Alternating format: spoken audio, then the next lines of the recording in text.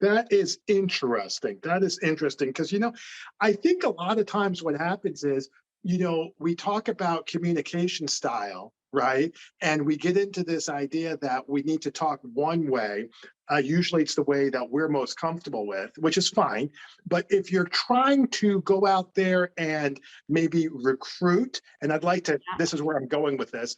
If you're trying to go out there and recruit, and you're trying to incorporate some of this in a recruiting standpoint, give us an example of maybe either what you've done in that regard, or like, maybe how you meet someone new and you're trying to kind of figure it out, like maybe apply that however you want, apply that to recruiting, because I think there's something there that would be interesting for folks, if you don't mind me saying. Yeah. So, I mean, we've all heard in this industry is to learn people's why. Right. And so you always, learn the why. I mean, you never sit down with someone and tell them all about you. It's all about them, learning about them. And so through that process, you need to figure out their why. So if someone says their why is for, let's say, even retirement money, and they want more money in their bank account. Obviously, you're probably looking at your digital learner.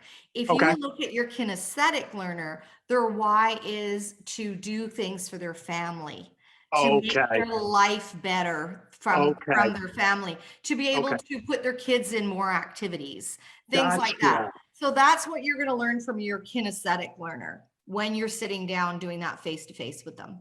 That is really interesting, because now what we're saying is that when you are talking to people from a prospective recruiting standpoint, you're able to, from what I'm hearing you say, is you're able to maybe even shape the message a little bit on how you can be more successful, because with your kinesthetic folks, you're talking about the happy place. You're talking about others oriented. You're talking about, the points that you just made.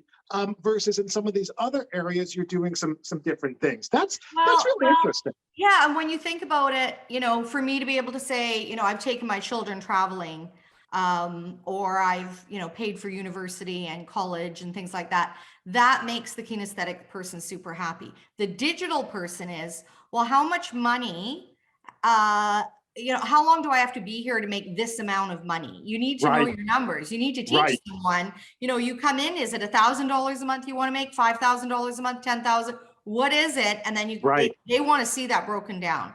They Right. want the path to the income. Whereas your kinesthetic person is the path to making their life happier and better. Right. I love that. I love that.